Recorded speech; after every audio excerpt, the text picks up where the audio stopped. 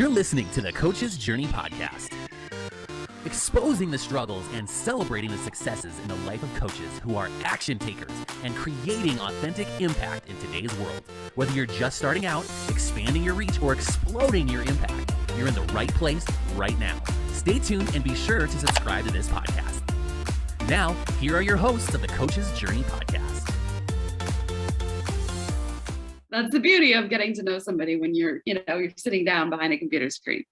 But also they're, leading into the conversation about collaboration. That's I think an instrumental part of our ability to collaborate is the increased accessibility of getting to know people and getting to see them. And there is another level, in my opinion, another level of relationship building when you're able to talk to somebody and see their expressions and see their body language and see them drinking a cup of tea and all of that different stuff. Like, you get to know them more than just as a voice behind a phone call. So I think the explosion of video, while there is a downside, which we could talk a lot of, spend a lot of time on, one of the things that it adds to our businesses, I think, is a stronger ability to collaborate.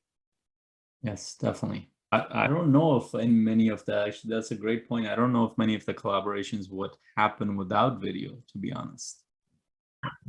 Just during the fact that we actually, just speaking on the phone, yeah, you can connect with people, but just seeing people on video and seeing them day in and day out, like, that's how we trust people. That's how we communicate as human beings. We don't see the whole body, but at least like, you see the expressions, and I think that makes a big difference. And I never thought of it in that way, but I personally don't think it would be going on if we didn't have video the way we. Yeah, I don't think so either. It's in my former life as a psychologist and a mental health professional, there's been teletherapy, which literally was by telephone for, it's been around forever.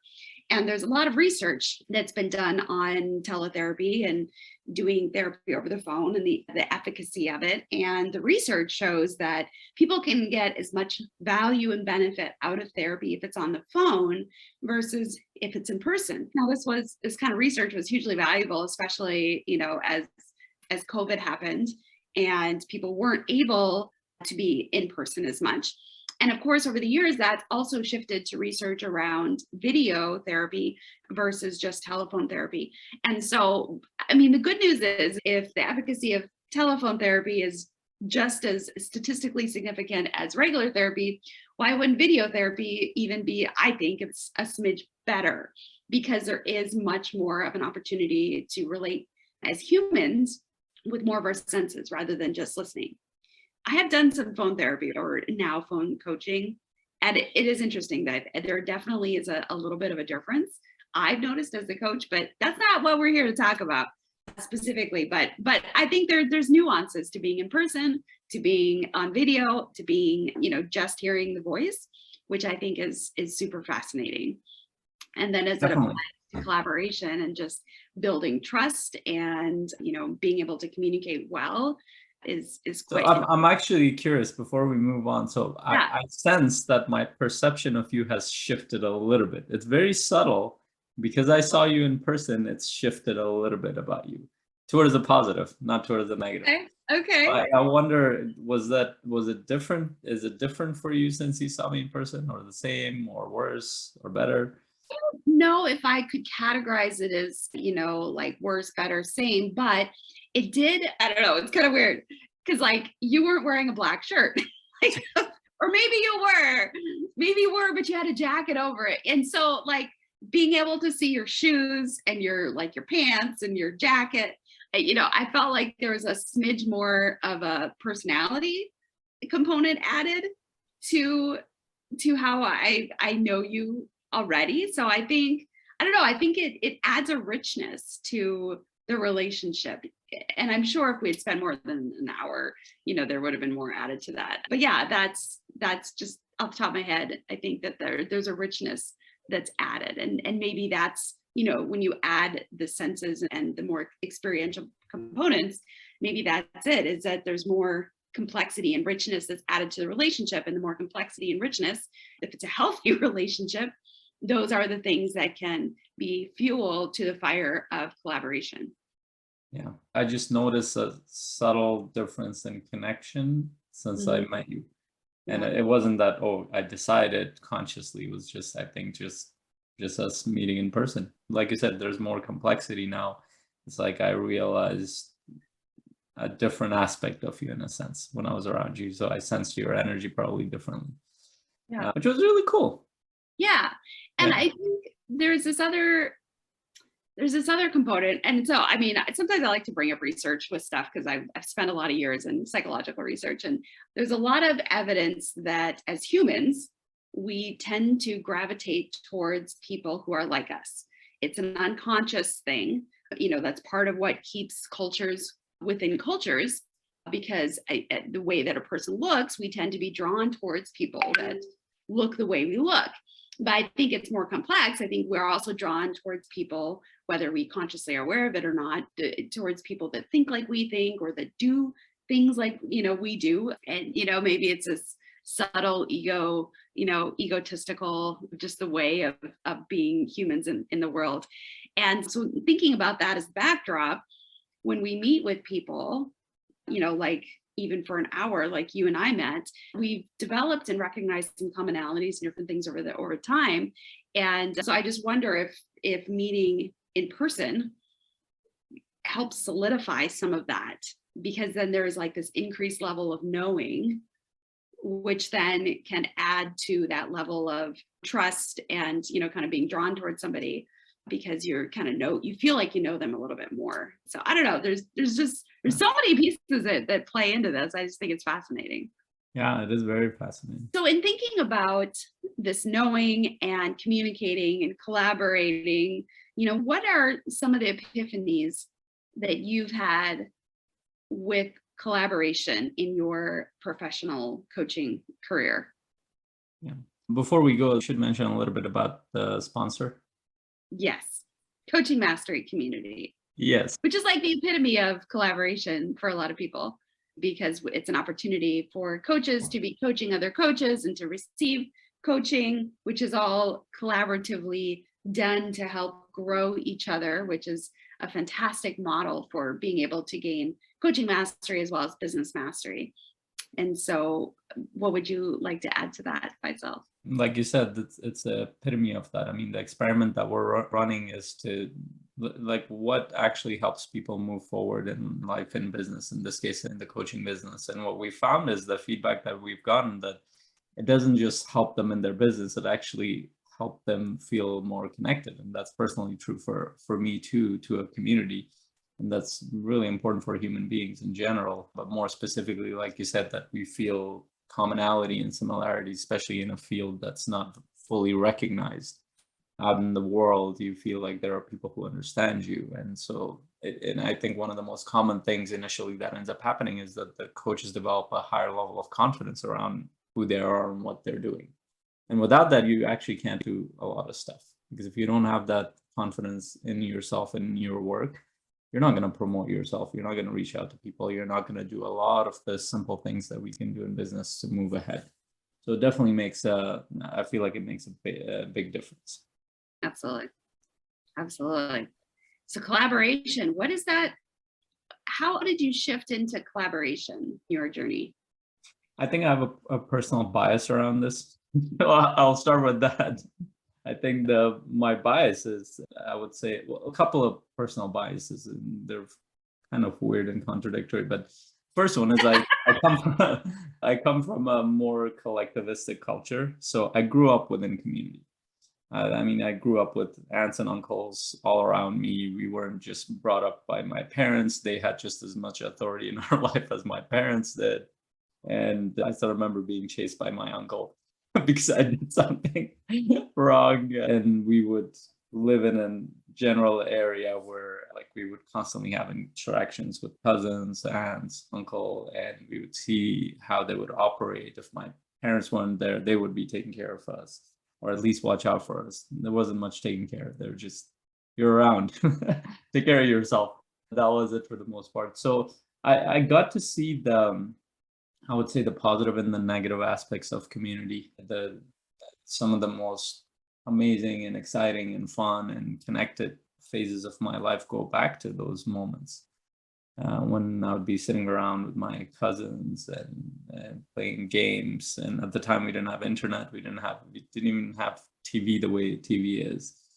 So it'd be a lot of board games and card games and stuff like that, or sports or anything that we could do. We would do that. And also I saw the negative aspects of it, like how incredibly destructive communities could be to your psychology, to your well-being, to your physical and psychological well-being. And I saw that too, and how I could see it was a huge responsibility. And it takes a certain amount of leadership within every community from the people who are supposed to be the leaders to move it forward. And as soon as you let go of that, it just goes downhill. And then the other side of it for me was that even though I was part of a community, I kind of kept to myself for most of my life. So I was in my own world. So I never really fully connected with people. And I basically, and I say this often, that I spent about the first 3 decades of my life in my own little bubble of life in my own mind. My mind is fairly interesting for me, so I can stay there for a while. It is not good for the social health that you might that is a human need, and I didn't recognize it just growing up, just because I didn't know how to express myself, and I didn't know how to connect with people in the way that I wanted to. And I felt odd. Other people thought that I was odd, and just there was no way for me to understand how to communicate that better. So the personal bias, those two: one, that I have seen the positive and negative; two, that because I stayed away from it, I think I have a higher need to want to connect with people more. So I intrinsically want it, like right now, because I opened up more and I'm communicating more and I want to connect with people more. So I think it's like an internal drive to wanna, so there's two things you will see. One is an internal drive to communicate more, which I didn't for the first 3 decades. So you'll see me talking a lot. And second, drive to want to connect more with people. And I realized it was interesting for me as I've gone through through coaching myself. I used to think my highest value was freedom. It actually isn't. It was a surprise for me. It was actually connection, then freedom. So that's the space, kind of the bias and the space that I come from. So I understand. So I am driven towards it. So I do want to see the positive in it. So there are obviously positive and negative in collaboration, community, and working with people. But then just expanding that a little bit, generally speaking, human beings are a collaborative species. We're a social species. Everything we do is together. I mean, there wasn't somebody taking care of the Zoom system, the internet system, the electrical system, and all sorts of other infrastructures that have to be in place.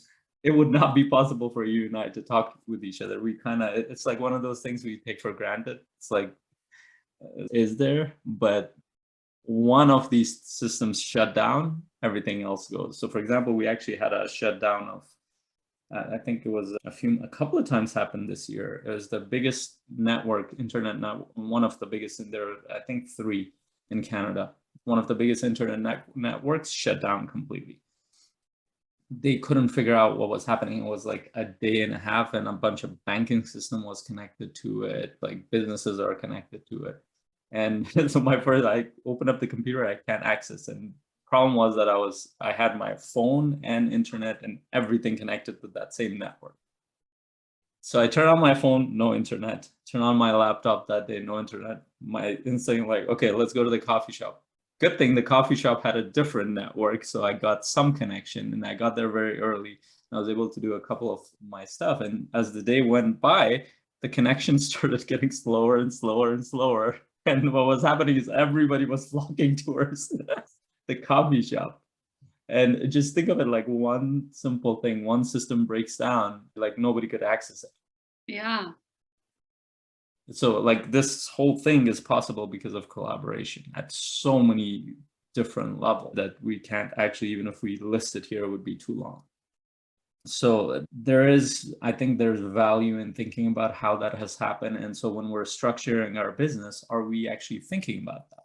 And one other point might be is that I think there's an illusion that, especially people in the Western world, including me, I consider myself from the Western world too now, since I've been here for 20 plus years. The illusion might be because we're given this idea of individual. We do have an individual perspective, but our mind, and you can elaborate on that, our mind doesn't actually work in an individual way.